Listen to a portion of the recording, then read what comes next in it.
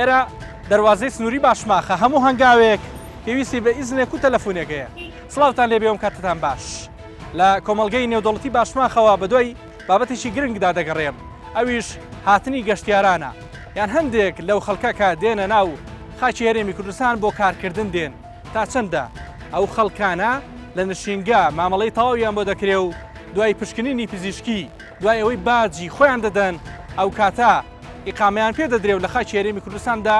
دەمێننەوە. بۆچی ئەوترێ لە هەندێک خاڵی سنووری خەڵکانێک چەندین جۆر فێڵ بەکاردەهێن و لە ناو خاکی هەرێمی کوردستاندا دەمێننەوە بەبێ ئەوەی مامەڵەی نشینگەیان بۆ کرابێت.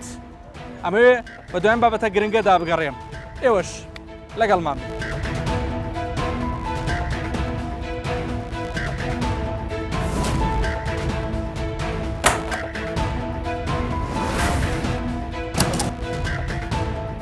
پلانی پرۆگرامی ئەمجارەی بنکۆڵ بەو جۆرەیە کە لە مەرزی باشماخەوە دەست بە بنکۆڵکاری دەکرێ و لە ئیبراهیم خەلیل کۆتایی پێبێت. گەڕانمان بە دوای پرسێکی گرنگ و فێڵێکی گەورەیە کە زۆر جار فێڵبازەکان بە یاسا کارەکەیان ئەنجام دەدەن. بۆ ئاشکرابوونیشی بە ئاگایی زۆرتری تیمەکانی نشینگە و پاسپۆرتی خاڵە سنووریەکان و فڕۆکەخانەکانی هەرێمی کوردستانی دەوێت. لێرە لە دەواازەی سنووری باشماخ ئەویان پێوتین کە تەنانەت ڕێگەمان نادەن هیچ کەسێکیش چاوپێکەوتنی لەگەڵ بکرێ. پرسیارەکانی زۆر سادەن و ڕاوەرگرتنی چەند کەسێکە کە ئایا بۆ گەشتکردن لێرەن یان بۆ کارکردن دێنە ناو خاکی هەرێمی کوردستان و دەمێننەوە. تەنانەت نزیکبوونەوەمان لە ژمارە سفری سنووری دەواازەکەش ڕێگە پێدراو نەبوو لە کاتێکدا لە دووەمین پرۆگرامی بنکۆڵدا کە ساڵێک پێش ئێستا و لە 1970 2010 پەخشکرا تا ڕادەیەکی زۆرتر دەستکراوەیی هەبوو لە بنکۆڵکردنی بابەتێکی هەستیاری وەک هێنانی بانزینی ژەهراوی. لە دوای ئەو ڕێکەوتنی لە نێوان حکوومەتی عێراقی و کۆماری ئیسلامی ئێراندا ئەنجام درا بڕیار لەسەر ئەوە درا کە ئەو بڕەپارەی کە پێشتر وەردەگیرا لە بری پێدانی فیزە بۆ گەشتیاران ئەو بڕەپارەیە لا ببرا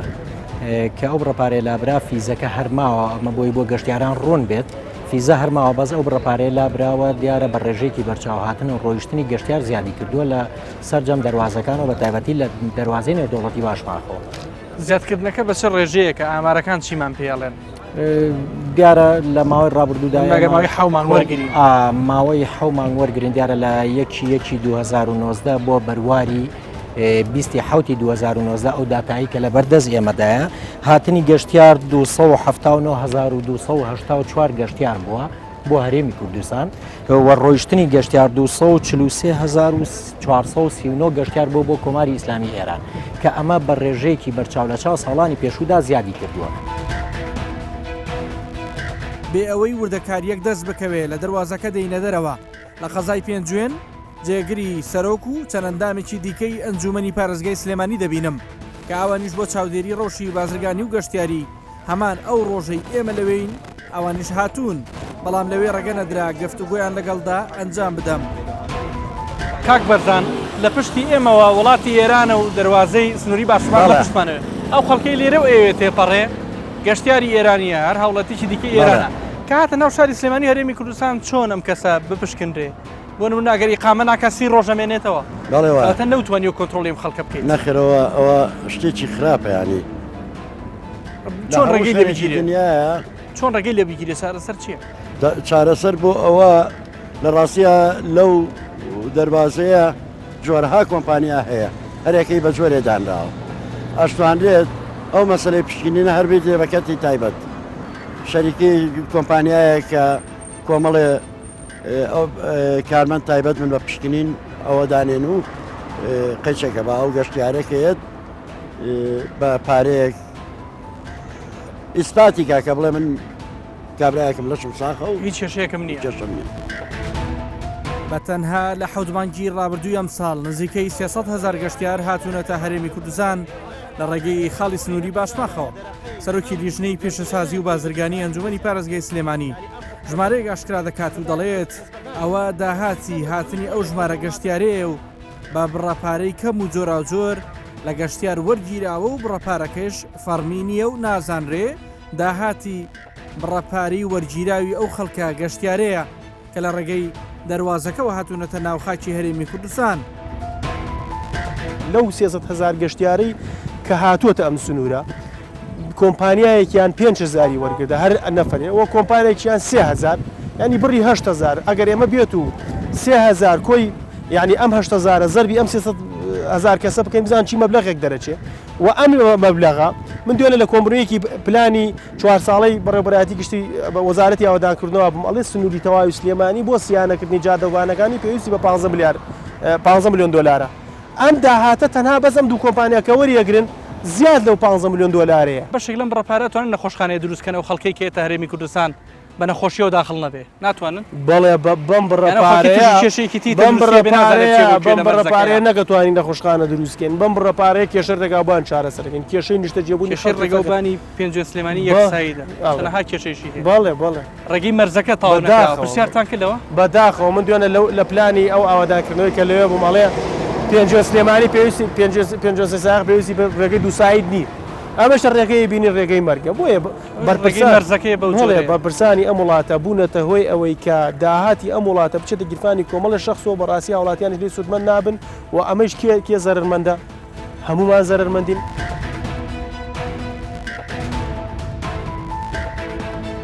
لە پێنجوێنی فێنکەوە بەرەو گەرماکەی هەولێر بەڕێوەین هاتووینەتە بەڕێوبەرایەتی نشینگەی پارێزگاکە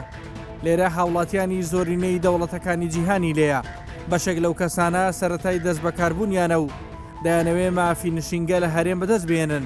هەندێکی دیکە بۆ نوێکردنەوە و بەشێکی تریشیان گرفتێکیان هەیە و بۆ سارەسەر هاتوون یان دەگەڕێنەوە بۆ وڵاتەکانیان یان گرفتی نەخۆشییان هەیە و ڕێگەی مانەوەیان پێ نادرێت ئامارەکان دەڵێن لە ساڵی 2017دا 57,000 مافی مانەوە دراوە بە هاوڵاتیانی بیانی لە ساڵی 2010دا ژمارەکە بۆ نزیکەی 52,000 مافی مانەوەدا دەبەزێت لە حوتمانجی ڕابردووی ئەم ساڵیش نزیکەی 36,000 نشینگە و مافی مانەوە دراوە ئامارەکان ئەوەش دەخەنە ڕوو بە تەنها لە ساڵی 2010دا 41 کەس بەهۆی نەخۆشی ڕێگەی مانەوەیان پێ نەدراوە بمێننەوە لەو ژمارەیە 11 کەسیان ئایدزیان هەبووە ساڵی 2019 تا کۆتایی مانگی حوت ژمارەی نەخۆش و ڕێگە پێنەدراو بۆ مانەوە 95 حاڵەت بووە 23 لەو نەخۆشانە هەڵگری نەخۆشی ئایدز بوون زەختترین کێشەکانی ئەو کەسەریان ئیقامە وەربگرن چییە ڕۆژانە ڕوبەڕووی جەنابتانە بێتەوە کێشە گەورەکان چین و ئێوە لەسەر چی زۆر توندن ئێمە لەسەر هەموو خاڵەکانی بەیانی حەوت کە ئیقامەی پێوەردەگری توندین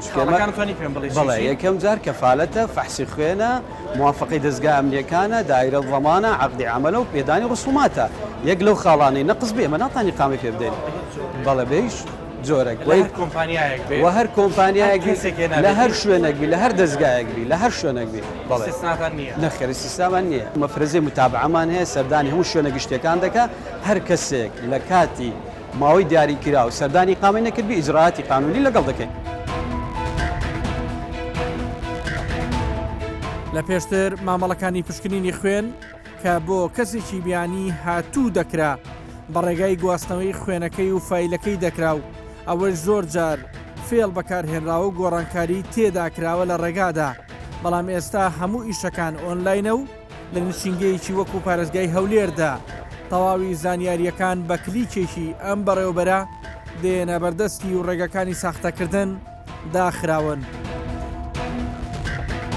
ئەگەر ئەو خەڵکانی بە بەردەوام هاتوچوونەکانیان زۆرە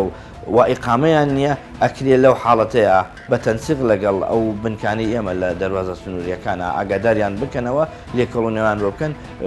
بەڕێی ئەمە ئەمە شتێکی باشە هیچ کاتێک گوێمان نەداوە بە هیچ واستێک یا بە شتێک وە خۆشببختانش هەر هاوڵاتێک هاتی بێت پێشنیازێکیکی دەبێت کە بابەتەکەی بەرزانیوە ئەوانیش هیچ داوای ئەویان نەکردووە کە خەڵکێک بمێنێتەوە قسە لەسەر شتێکە کرێ زۆر و من هەروەکو دوایین دو پرسیاری خۆم لە جەنابتی بکەم سنتەرەکانی مەساج لە هەرێمی کوردستان بە تایبەتی لە هەولێر ئەو کەسانە ئەگەر نشینگەشیان هەبێ بەڵام باس لەوە ئەکرێ بەشێکیان لە ڕۆپزیشیەکە و بێ پشکنینی ورتریان بۆ بکرێت ڕاستەخۆ بەر خەڵکی ئێماکەون ئەمە ڕاستە بەڕۆی جەنابیشتان ئەو کەسێک کە ئەو ئیشاکە پێویستە ورتر پشکنیان بۆ بکرێت ئەگەر نەخۆشی مەترسیدار هەیە پرسیارێکی زۆر جوان بوو چونکە بە حقیقت ئەو خەڵکانی کە دێن لە لای ئێمە داوای نیشینگە دەکەن ئێمە یەکێک لەو پرۆسانی کە بۆیان بەکارێنین یەکەم حاڵەتیان دانێرینە مختبەر مرکزی دڵنیا ئابین لەوەی کە لە بواری تەندروستی کەسێکی سالمەیان نا و دواتر کەفیل و ئەو شوێنە ئیشی لێکا و ئیجازەیان هەبێ مۆڵەتیان لەو شوێنەکە وەرگرت بێ ئەگەر هەموو ڕێنمایەکان بەپێ ئەوەی کە هەبێت ئێمە ئیقامەکانیان پێ دەدەین بەڵام چاودێری وردی تەندروستی ئەوە ئەبێ بەڕێبەراتی تەندروستی هەولێر زیاتر پێم وابێ ئەمانش بە بەردەوام چاودێریان لەسەر هەیە چونکە من ئەو پرسیارەمان هەبووە و ئەوان چاودێریان نەکەن بەڵام لە دەستەیەکی ئیقامەکەی ئێمە ئەگەر هەموو ڕێنمایەکانی تەواو نەبێت ئێمە پێیان نادەین ئێمە قانونێکمان هەیە یا دەبێت غەرامەی بکەین یا سژنی بکەین ئێمە ئێستا زیاتر ئەوەی کە لە بەڕێوەبەرایەتیەکەمان یا لە سنوورەکان بەکارێنین غرامەیە بۆ هەر ڕۆژێک بۆ هاوڵاتیەک ئەگەر سەرپێچی یاسایی بکات 20,000 دیناری عێراقی غرامەی دەکەین بۆی ئەوە ئەو کاتە ئەو کەسە گەر غرامەی کوێتە سەر ئەبێ ئەو کاتە پرسیارە بێ بەرامبەر بە یاسا لێپێچینەوەی لەگەڵاکرێ ئەو کەسانێکی کە دەیانەوێت بە قاچاقی شۆکارەکانی خۆیان بکەن ئەوە لێرە و لەوێ ئەگەر جاجار شتێکی وا هەبێ نمونە لە فاحسی خوێن بیانێ کەسێکی تر ببن لە شوێنێکی تر ساڵانی ڕابردوو ئەم کێشەیەمان هەبوو بەڕاستی بسە لەوکەم خەڵکێکە بۆ خوێن نمونەی خوێنی کەس ساڵانی ڕابردوو بە حکومی ئەوەی کە ئێمە بە بەرید ئەمان نرد حاڵەتی وا هەبوو کەسێکی تر لە شوێنی ئەچوو ئەمانە ئێمە تەنسیقمان لەگەڵ مختبەر مرکزی هەبووە زۆر خۆشبەختانە ئەوانە زوو دەستگیرەکران یا ئەوانە لە نەتیجەکانی ئاگادارەکراینەوە بۆیە ئێستا کردومانە بە شێوازێکی ئەلکترۆنی. لە فڕۆکەخانەی نێودەوڵەتی هەولێر ئەگەرچی ڕێگا لە چەندین جۆری کاری ساختە گیراوە بەڵام وا دەردەکەوێت کارێکی ئاسان نەبێ کەسانێک بیانەوێ فڕۆکەخانەکە بۆ فێڵکردن و ڕۆشتنی کاتی ئەنجام بدەن و بیانەوێ دەرچوون و هاتنەوە لە پاسپۆرتەکانیان بدرێ بەبێ ئەوەی سەفەر بکەن. لەوانەیە لە خاڵە سنوورەکانی بڵێن خاڵەکە سنوورەکانی حاجمە ئیبراهیم لەوانەیە بۆی بکرێتن چونکە یەکسەر دەپەڕیتەوە لای دیوی سنووری ئێران یان تورکیا خروجی لێدا دووبارە دوخولش نێوە دەگریتون لەوانەیە پێ نمونە زۆر نازان وەکوی من نیتمان لەو نمونە چونکە لە لای ئێمە ئەگەر خروجێ بگرێتن ئەوە دەبێت تیکتی هەبێت کە بۆردینجی هەبێت کە بۆردینجی هەبێت دەبێت تیکتێکی هەبێت دەبێت سەفەری وڵاتێکی دەرەوە بکاتن با پارێکی زۆر تەکلیف دەکاتێت بۆی ئەوەندە ئاسانیە 600-700 دلار یان هەیە هەتا 2000 دلار تێکی دەڕاتن بچی بگەڕێتن هە بۆ دوخولیە ئاسان نییە ئەو لە لای منی بۆ ئەگەر گەشتیار بێوێتن لە جەوازات خروجی لێ بدە بچی دیگەیتەکەی سەفەر نەکە برێ من دەگەڕێمەوە سەفەر ناکەم ئەمە دوخولی بۆ لە نادەن ئەمە ئەو ختمە بڵێ لە خروجێکە لەمان لێدایە خدنی خروجەکەی کانسڵ دەکەین دوخولی بۆ لە نادەینەوە. لە یەکێک لە هۆتێلە چوارە سێرەکانی شاری هەولێرین کە لە 180 کرێکار و کارمەندەکانی بیانین بەڕێوەبەری گشتی هۆتێلەکە دەڵێت ساڵانە تەواوی کارمەندەکانیان پشکنینیان بۆ ئەنجام دەدرێ و ڕێگە نادەن هیچ کەسێک لای ئەوان کار بکات ئەگەر دڵنیایی تەواویان نەبێ ئەو بۆ خۆشی خەڵکی شاری دیاربەکری باکووری کوردستانە نزیکەی 9 ساڵە لە هەرێمی کوردستانە ساڵانە بۆ خۆشی مافی مانەوەی نوێ دەکاتەوە. یەک شتێکیژی هەبێ خۆشتر دەبۆ دەمە میسالی یەکی تاینی دەکەی چ دەبێژن نەزوی نازانم ینی سجیلی قەیدی سجیلێ باشە تۆ تشتێکی کردیە بەلکی زڵامێکی کوشتبە ئەوەیەکی کردەبە وی وەرەقێژی تەرافی حکوومەتی بانیە ژمارە زۆر باشتر نییە یعنی لە سجیلی تۆمار لە ناو تۆمارکردنە لە حکوومەتەوە ئێوە ئەگە کەسێکتانە لێرە تاعینی بکەی هۆتێلەکەت ئەو کەسە پێشینی نییە ئێستا ینی نییە چونکە تەرافی ئێمە میسالی تەرافی ئەوێتێ تەرافی یوانێ زواری دەگرمە ئیکامێوان هەموو شتێوان یوان درستەکە لێ ئەز ئێ تەندروستی ئەس بخۆ بدمە چێکردنە. ئەو کەسانی کە فێڵیان کردبێ لەوەی مامەڵەکانی نشینگەی هەرێمی کوردستانیان ئەنجام نەدابێ بۆ کارکردنیش لە کوردستان بن لە ئەگەری پێزانینیان دەستگیر دەکرێن و ڕەوانە دەکرێنەوە بە بڕەپارەیەکیش لە نێوان 500,000 دینار بۆ 10 ملیۆن دیناری عێراقی خۆیانیان کەفیلەکەیان سزای مادی دەدرێن. ئێرە بەڕێوەبەرایەتی نشینگەی دووهۆکە لە بینایەکدا کە لە بەنەڕەتدا خانوویەکی نیشتە جێبوونە و بینای شوێنێکی وا هەستیار نییە مامەڵەی هاوڵاتیانی ناوخۆی و بیانی تێدا ئەنجام دەدرێت. ئەمە نمونەی هاتن و چوونی هاوڵاتیی خەڵکی ویلایەتە یەکگرتووەکانی ئەمریکایە کە هەر کاتێک مۆری چوونە دەر لە پاسپۆرتەکەی درابێ ڕۆژی دواتر لە ڕێگەی خاڵی سنووری ئیبراهیم خەلیلەوە گەڕاوەتەوە پاش دروستبوونی گومان لەسەری بە ناچاری پشکنینی پزیشکی پێکراوە و دەرکەوتووە نەخۆشی ترسنایکی ئایدزی هەبووە و نەیویستووە ئاشکرا ببێ بەڵام بەر لە 2 مانگ بە یەکجاری لە کوردستان دەردەکرێ لەلایەن تیمەکانی ئەم نشینگەیی دوهۆکەوە ئاشکرا کراوە لە سەرەتای ئەم ساڵەوە تا ئەم ساتە زیاتر لە 5,000 مافی مانەوە لەم نشینگەی دوهۆک دراوە بە کەسانی بیانی یەک کەسیش مافی مانەوەی ڕەت کراوەتەوە بەهۆی ئەوەی نەخۆشی ئایدزی هەبووە 34 نەخۆشی ڤایرۆسی جگەریش هەبوون بە هەمان جۆر دیپۆرت کراونەتەوە.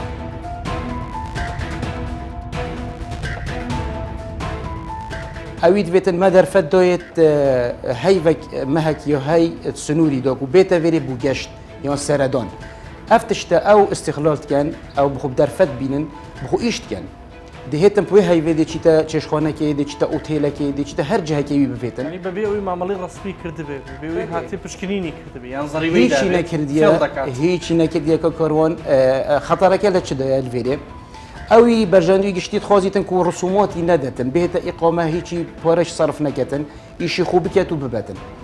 ئەوە فێلەکردنە چە خەلکی مەژید وێرێ خەلکی مە پێتویە هۆری کۆر بیتن دیان ڕێڤەبەریەوەکەنجبوونی دیفتە تعلیماتی توانە پێتویە دەرفەتی نەدەتەوی کەسی بێتن عردەکەوە سەشولکەتن بێ ئۆگەدۆریەمە یعنی ئەوە هەر منبەرێکی ئەس بێژمە خەلکی مەژی بلا هەوڵ بدەن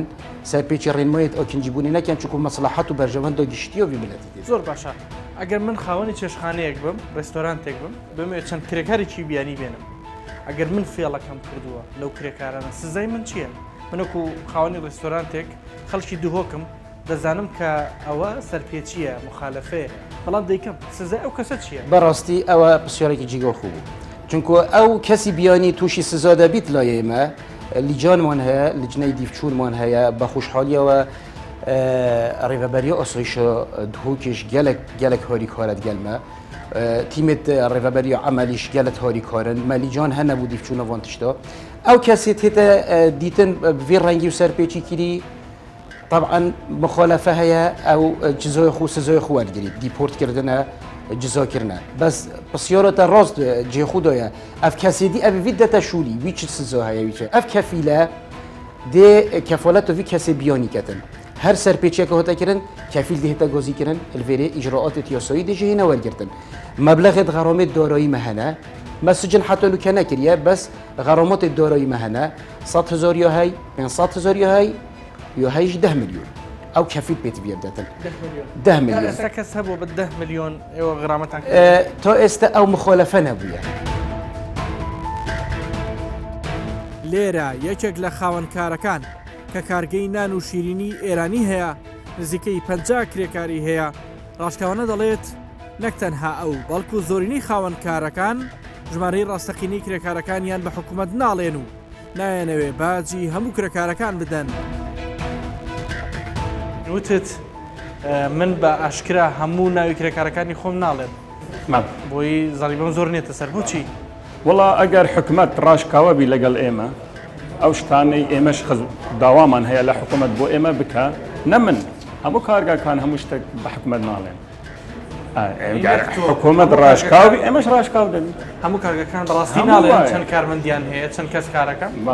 وڵا حکوومەتیش یارمەتی دەدا و من ئەگەر بیمە و زەریبەی هەموو کرێکار بدەم لەوانەیە لەو کاتە هەر دەرنەچی ئەو قازانجی هەمەش بڕوە حکوومەتیش یارمەتی دەدا ئێمەش تۆ خۆی چەند کارمەندە هەیە بە هەمووی؟ تقریبا دەبێتە 50 شیرینی و نان و هەموو 50 کارمەندە چەندێک بە حکوومەت دەڵێ؟ وڵا تقریبا نیوەمدایە ئەمە لە هەمویان باشتریشم نیوەمدایە خەڵکەیە ڕبعی جناک بە حکوومەت و لایانی پەیوەندیداری تۆ 25 کارمەندە هەیە کێشە نییە؟ نە ئەوانیش یارمەتی دەدەن ئەوانیش دەڵێن باشە یعنی ئێستا هێواشە حکوومەت لایانی پەیوەندیدار پێی تەبیعیە کە تۆ نیوی کارمەندەکانی وتووە؟ بەڵێ یعنی بەڕەزامەندیوان خۆ من نەمشاردووە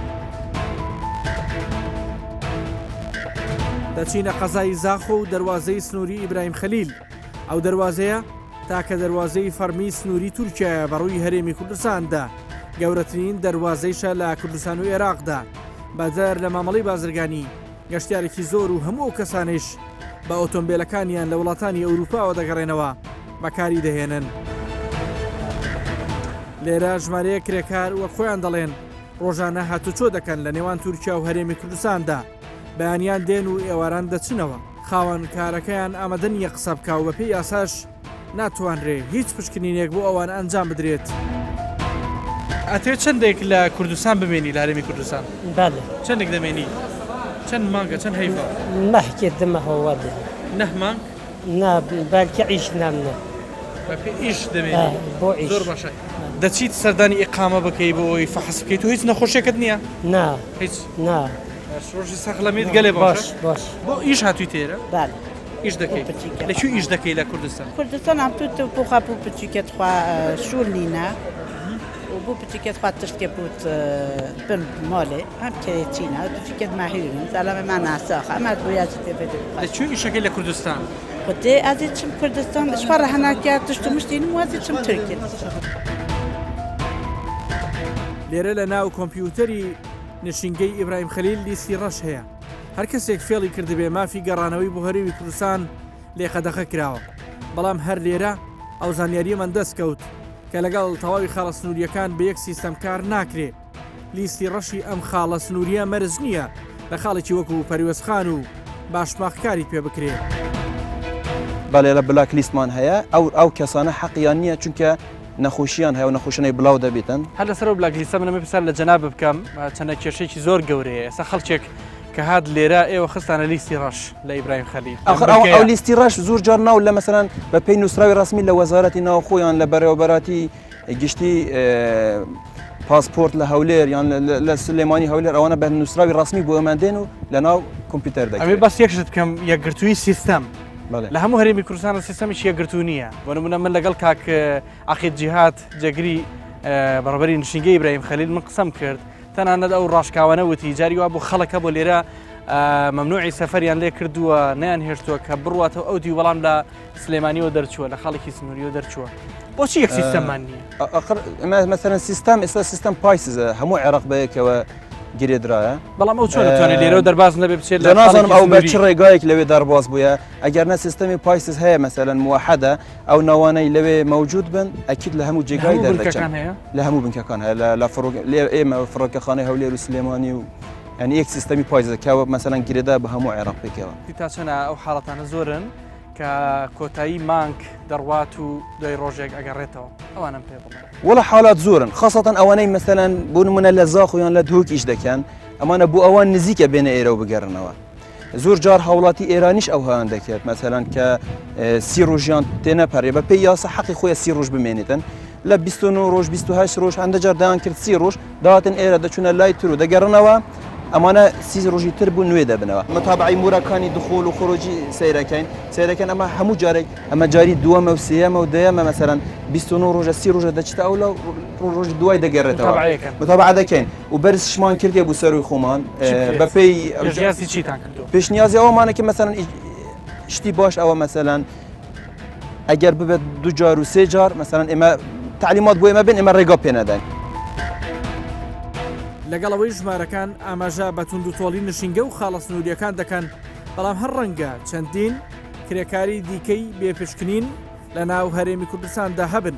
کە بە هاوکاری خاوەنکارەکانیان خۆیان لە بەزدان و پشکنینی پزیشکی دزیوەتەوە. دوای ئەنجامدانی بنکۆڵکاریەکی ورد لە باشماخ و سنووری نێوان هەرێمی کوردستان و ئێرانەوە تا ئیبراهیم خەلیل و سنووری نێوان هەرێمی کوردستان تورکیا بەوە گەیشتین لە ماوەی ڕابردوودا